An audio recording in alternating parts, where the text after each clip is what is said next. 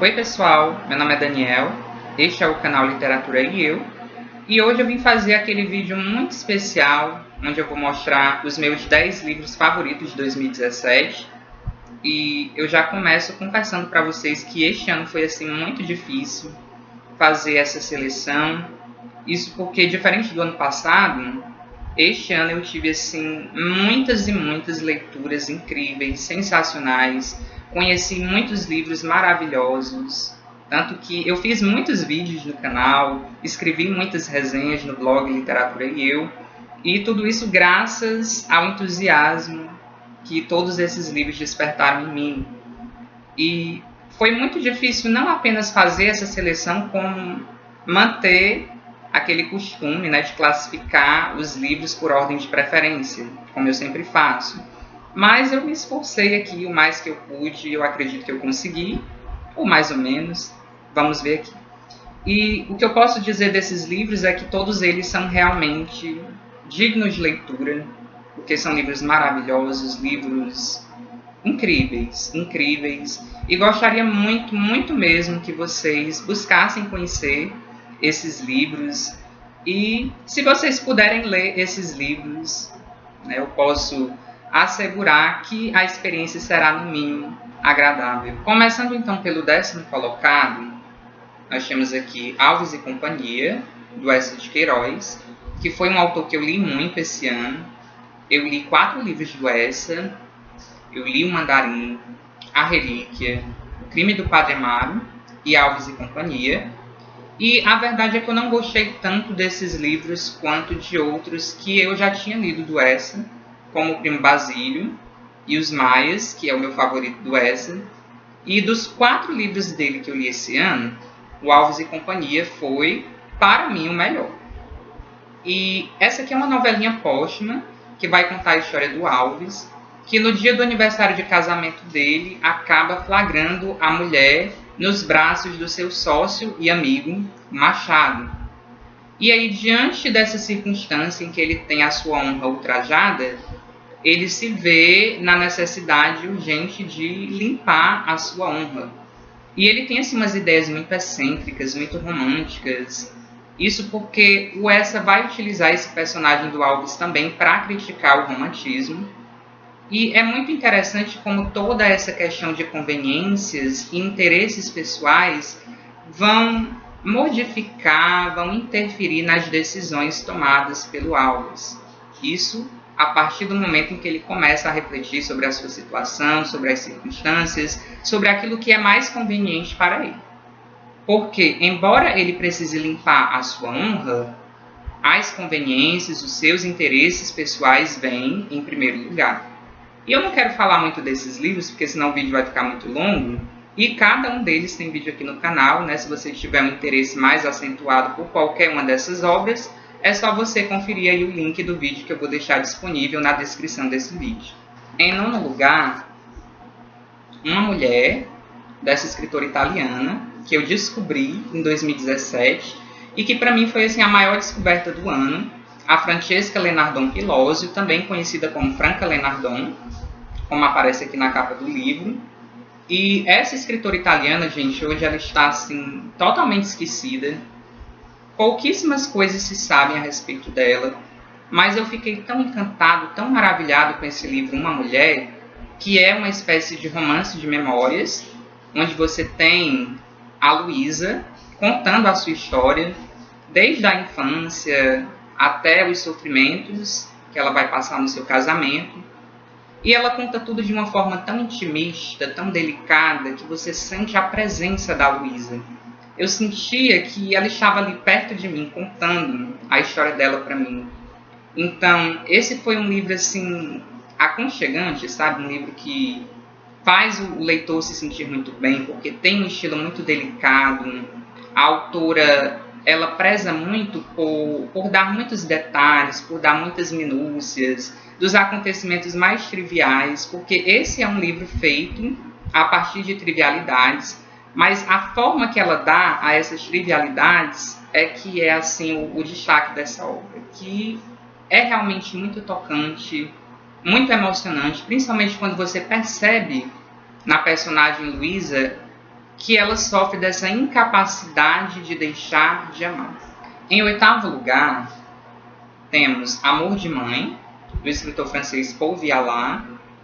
Eu li esse livro no mês das mães e até postei o vídeo resenha dele justamente no Dia das Mães e achava a princípio que seria uma leitura muito bobinha, muito simples, muito descontraída e fiquei muito surpreso quando eu me deparei com tanta versatilidade, com tanta excentricidade. Se bem que eu já esteja um tanto habituado com a excentricidade da literatura francesa, a desse livro aqui me pareceu assim muito diferente, muito incomum mesmo. E aqui o autor constrói essa protagonista, a Daniela, que não manifesta em nenhum momento dessa história nenhum outro sentimento que não o sentimento materno. Isso porque ela é aparentemente a personificação da própria maternidade. E eu achei isso genial. A maneira como ele conduz esse romance, os artifícios que ele utiliza, que são muitos. Inclusive, essa é uma história narrada em primeira pessoa, não é narrada pela Daniela. E há um propósito muito interessante para essa história ser narrada em primeira pessoa, e só ao final do livro é que você percebe o propósito do autor. E realmente um livro que me surpreendeu bastante em 2017. Em 7º lugar, A Dama das Camélias, do Alexandre de Mar Filho, que foi um livro que me surpreendeu bastante, principalmente pela escrita do autor, que me pareceu assim de uma modernidade, gente. Eu não sei se foi a tradução desse livro. Essa minha edição, ela é do Círculo do Livro, e a tradução é de Mary Amazonas Leite de Barros. E eu achei o texto da Dama das Camélias muito moderno para o século XIX. Né? Como eu já disse, não sei se isso é da tradução, mas achei assim um encanto a escrita do Dimar. Eu, a cada página que passava, queria marcar várias frases. Esse é um livro para se fazer muitas marcações. Eu comentei isso no Scooby, comentei no vídeo resenha, porque ele tem realmente um estilo formidável. Tem uma história muito romântica, muito linda, que me é assim, bastante sensível por ter inspirado um dos meus romances favoritos do Alencar, que é Lucília, e realmente não tinha como A Dama das Camélias não ser um dos meus livros favoritos do ano.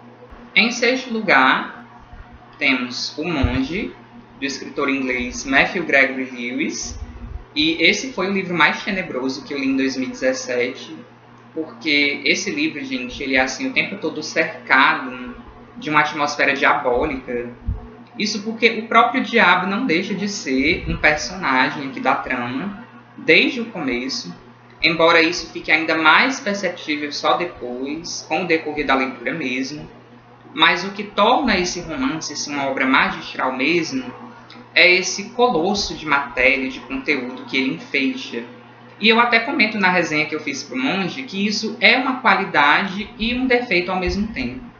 Isso porque ao final do romance, né, o leitor meio que já está assim, saturado de todo esse conteúdo. Isso porque além da trama principal, que é a trama do Ambrósio, você tem uma trama secundária, que é a trama do Dom Ramon, que acaba ocupando um espaço assim, muito considerável aqui dentro desse livro. Eu acho até que muito mais do que o que convinha. E acho que isso, de certa forma, prejudicou aqui um pouco o ritmo do Monge. Mas que ainda assim é um livro sensacional, principalmente pelo final, pelo desfecho, que é, de fato, o que mais surpreende por toda essa quantidade de matéria que o livro tem, né, gente? O Lewis, ele traz aqui muita coisa da mitologia inglesa, né, das lendas da sua época, do seu tempo, e achei isso também muito legal. Em 5º lugar, um dos meus queridinhos do ano, O Feijão e o Sonho, do Origenes Lessing. E desde que eu li esse livro, gente, eu sabia que ele entraria nesse top 10. Eu não poderia dizer em que posição, mas eu tinha certeza que ele estaria entre os melhores do ano. Isso porque esse livro traz uma temática à qual eu sou muito sensível. Você tem aqui a história do Campos Lara, que sofre por não poder se dedicar apenas à literatura, que é a sua paixão, ele precisa colocar feijão todo dia na mesa, ele precisa trabalhar de outras formas, porque a literatura não supre as suas necessidades pessoais, as necessidades da sua família. Então a gente sabe que isso é a realidade assim da grande maioria dos escritores do Brasil, do mundo, né, quem sabe. E a literatura realmente precisa ser mais valorizada, o trabalho dos nossos autores, dos nossos escritores precisa ser mais reconhecido. Talvez isso seja uma questão de tempo, né? Eu não saberia dizer, mas o caso é que é um livro muito sensível que vai tratar disso com muita graça mesmo.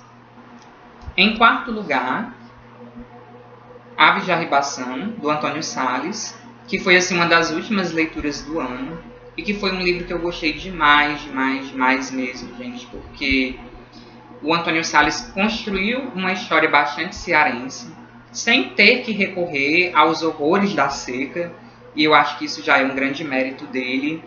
Ele constrói uma história muito simples, mas com um triângulo amoroso muito complexo, formado pelo Alípio, a Florzinha e a Bilinha. E o que o Antônio Sales faz com esses personagens, a maneira como ele trabalha cada um deles, a maneira como a história se desenrola em torno desses personagens e de outros também interessantes, né, mas não tanto quanto esses três que eu citei, é assim simplesmente incrível. Num estilo poético, isso porque ele foi um escritor que se dedicou mais à poesia do que à prosa, num estilo assim único, que às vezes me parecia estranho, né, talvez por certas peculiaridades da sua escrita, eu também comento isso na resenha que eu fiz, de Aves de Arribação, mas assim, com um ritmo que me instigava, que me deixava sempre muito animado para continuar a ler, né? Um ritmo até que em alguns momentos me lembrava muito o estilo de um dos meus autores favoritos da literatura brasileira, que é o Aloysio Azevedo. Inclusive, o Alípio, que é o protagonista de Aves de Arribação, me lembrou muito o Amâncio, de Casa de Pensão. E aí depois, quando eu fui ler a introdução aqui dessa obra, feita pelo Sâncio de Azevedo, ele faz a mesma observação e eu fiquei até surpreso, né, por termos essa mesma ideia, né, de que o Alípio lembra um pouco o Amâncio, e aqui ele cita até outros personagens também, né, que se parecem com o Alípio, né? Ele cita aqui o Zusa, da Normalista, e ele cita também o Simas, do romance Os Simas, do Papi Júnior, que foi outro autor cearense. E, embora eu já tivesse lido a Normalista, eu não associei o Alípio ao Zusa, né, certamente porque já tem um bom tempo que eu li a Normalista do Adolfo Camus. Mas sensacional, sensacional, gente. Em terceiro lugar, Otelo, o Mouro de Veneza. E assim, gente, eu preciso falar de Shakespeare? Eu acredito que não, né? Shakespeare é daqueles autores que dispensa apresentações, comentários, pois ele está naquele patamar mais elevado que existe da literatura universal, porque ele foi realmente um grande gênio, um grande dramaturgo, e talvez ele só não tenha sido o primeiro lugar aqui nesse top 10, justamente por ele ter sido um dramaturgo, né? Porque embora eu aprecie bastante o teatro, não tem como eu não preferir o romance, né? Porque o romance é sempre o meu gênero favorito mesmo. E mesmo assim, Otelo, sem sombra de dúvidas, é melhor do que assim, uma infinidade de romances maus, disso eu tenho certeza. E Otelo é incrível como qualquer outra peça do Shakespeare, principalmente pela humanidade tão real, tão convincente dos seus personagens. Sobretudo o vilão Iago, que foi assim, o que mais me surpreendeu, né? A capacidade, né, de manipulação que ele tem é assim, assombrosa mesmo, né? Então, fazia muito tempo que eu não lia Shakespeare, foi assim, um reencontro muito feliz, porque a princípio eu estava um tanto receoso de estranhar, e foi assim, uma grande surpresa porque a leitura fluiu muito bem e foi realmente uma experiência assim, muito incrível, muito marcante. Eu espero em 2018 reler as peças do Shakespeare que eu li assim, muito jovem, e eu tenho certeza que eu não fiz assim, um aproveitamento muito decente dessas obras, né, que foram Romeu e Julieta, Macbeth e Hamlet. Então eu desejo muito reler essas peças em 2018. Espero que seja possível. Agora eu tenho que explicar que entre os 2 livros restantes não há exatamente uma ordem de preferência. Isso porque eu acredito que os 2 me tocaram da mesma forma, que ambos são merecedores de primeiro lugar, e embora sejam obras com enredos completamente diferentes, elas têm um ponto em comum, que, a meu ver, é justamente essa pureza, esse brilho, essa sensibilidade, essa delicadeza que os autores souberam transmitir tão bem, tanto que esses 2 livros foram mesmo aqueles que mais me tocaram neste ano. E como é necessário sempre colocar um dos 2 em primeiro lugar, que fique bem claro que o único critério que eu vou utilizar é justamente esse, Paixão Mais Antiga. Em segundo lugar, portanto, A Lagoa Azul, do irlandês H.D. Stackpole. E Stackpole foi uma das maiores descobertas que eu fiz também em 2017, por causa desse livro, claro. E eu tenho certeza, gente, que esse livro só não é mais procurado, as pessoas só não têm mais tanto interesse nele por causa do grande sucesso que teve aquele famoso filme que já foi reprisado assim 1000 vezes na sessão da tarde. E eu acredito que justamente por isso, por a história ser muito conhecida, a história do filme, as pessoas de certa forma acabaram perdendo o interesse em conhecer a obra original do Stackpole. Mas não sabem o que estão perdendo. Porque esse livro, gente, é de uma delicadeza assim, tão profunda, tão bonita, tão enternecedora. Eu acredito, eu desconfio que a tradução do Mário Quintana tenha talvez melhorado ainda mais o original. Mas não tinha como simplesmente o tradutor ter feito assim um trabalho tão genial se por trás dessa tradução não estivesse uma obra tão perfeita, tão bem construída, tão linda. E esse livro é assim de uma pureza, gente, de uma inocência, de uma candura, que me foram assim tão tocantes, eu fiquei assim tão emocionado em vários momentos dessa leitura, e tão entusiasmado com a beleza das descrições, porque boa parte do texto da Lagoa Azul é de muitas e muitas descrições da paisagem, da ilha, da fauna, da flora, da natureza, enfim, e o autor faz isso de uma forma que simplesmente não cansa.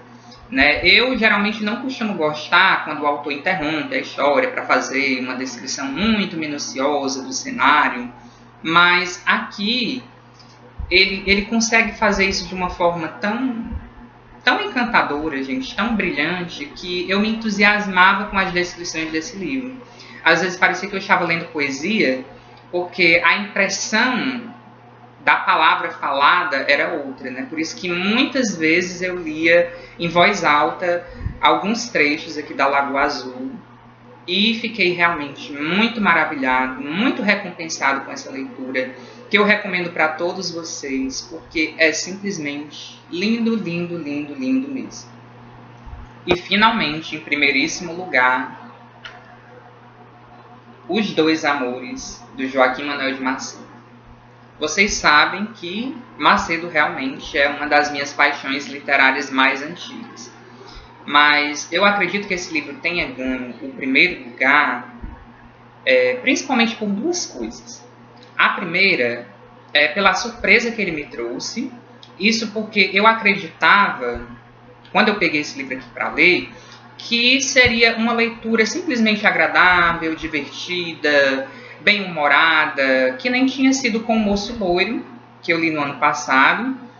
E a verdade é que desde os primeiros capítulos eu percebi uma proposta diferente aqui nesse livro. E foi assim uma surpresa atrás da outra. Né? Eu me surpreendi com as muitas digressões feitas pelo Macedo. Né? Eu nunca tinha lido um romance dele com tantas digressões. E esse aqui é o quarto livro que eu leio do Macedo. E cada uma dessas digressões traziam assim pensamentos, opiniões, posicionamentos do próprio autor que me deixavam assim tão admirado e principalmente tão comovido, que aí entra agora a segunda razão por eu ter gostado tanto desse livro e por ele ter atingido aí o primeiro lugar, que é justamente o fato de que quando eu peguei esse livro para ler, eu estava assim num momento em que a maioria das últimas leituras que eu tinha feito tinham sido assim tão pessimistas, me tinham feito encarar o mundo de uma forma tão ruim, tão pessimista mesmo, que a gente sabe que nesse mundo que a gente vive, rodeado de tanta maldade, de tanta vileza, de tudo de ruim, né, que a gente vê todo dia nos telejornais, nos meios de comunicação, né, e tudo isso desestimula tanto a gente, faz a gente perder a fé no ser humano, a fé no homem. E ler esse livro foi assim um refrigério, foi como se eu estivesse assim mergulhando num mar de otimismo, num mar de esperança, porque eu estava precisando tanto de fé. E foi isso que esse livro me trouxe. Me trouxe mais fé no ser humano. Eu fiquei assim tão comovido com a fé desse autor, com a fé que ele tem no homem, que ele chega mesmo a dizer que não há necessidade de haver tantas prisões, tantos cárceres, uma vez que o ser humano já é dotado pela providência de uma qualidade muito valiosa, que é a autoconsciência. E por conta disso, a maior punição que um homem possa ter é justamente o seu próprio remorso. E Macedo acredita que dentro de cada pessoa existem sentimentos bons, existem sentimentos nobres. E, sinceramente, é isso o que eu quero e me esforço para acreditar. E é por isso, gente, que esse livro não tinha como ele não estar aqui em primeiríssimo lugar. E desejo sinceramente compartilhar com vocês do meu otimismo, que vocês tenham sempre essa consciência de que podemos ser melhores. Não vamos perder a fé em nós mesmos, né? E é por isso, gente, que eu amo a literatura, porque ela nos proporciona essas experiências que nos engrandecem, que nos elevam, que nos tornam pessoas melhores, que nos fazem refletir e encarar o mundo de uma forma diferente. E eu vou ficando por aqui, deixando aquele abraço de sempre para todos vocês. A gente se vê então no próximo vídeo.